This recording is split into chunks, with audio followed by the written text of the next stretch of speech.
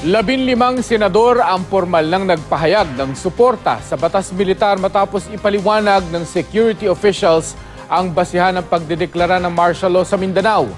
Pero ang minority bloc ng Senado hiniling na mag-joint session ang Senado at Kamara. Narito ang report. Satisfactory, constitutional, and in accordance with the law. Yan ang nakasaad sa Senate Resolution number 388 na inihain ng 15 senador na sumusuporta sa martial law sa Mindanao. Naaayon daw sa konstitusyon ang idineklarang batas militar ng Pangulo, kaya wala silang nakikitang rason para bawiin o ipawalang bisa ito.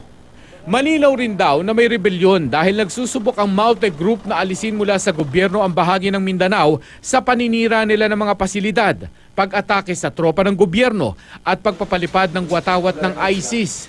Permado ang resolusyon ni Coco Pimentel, Tito Soto, Ralph Recto, Sani Angara, Nancy Binay, JV Ejercito, Sherwin Gatchalian, Richard Gordon, Gringo Honasan, Ping Lacson, Loren Legarda, Manny Pacquiao, Joel Villanueva, Cynthia Villar at Mig Zubiri. Kahapon naman naghahain din ng Senate Resolution number 390 ang Senate Minority Bloc. Hiniling nila na mag-joint session ng Senado at Kamara upang talakayin ang martial law.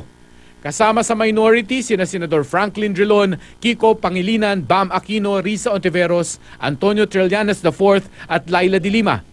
Sabi ng minorya, hindi sapat na talakayin ng mga mababatas sa caucus lang kung pabor ba sila o hindi sa martial law sa Mindanao. If there is no intention to revoke, how will that be reflected?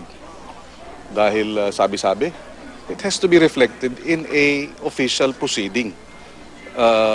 And magkaroon ng public record dito sa usapin na ito. Sa Kamara, iginigiit din ng Makabayan Bloc na dapat mag-joint session ng dalawang kapulungan ng Kongreso para ipawalang bisa ang proklamasyon ng martial law. Bukas inaasahang tatalakayin sa Kamara ang martial law.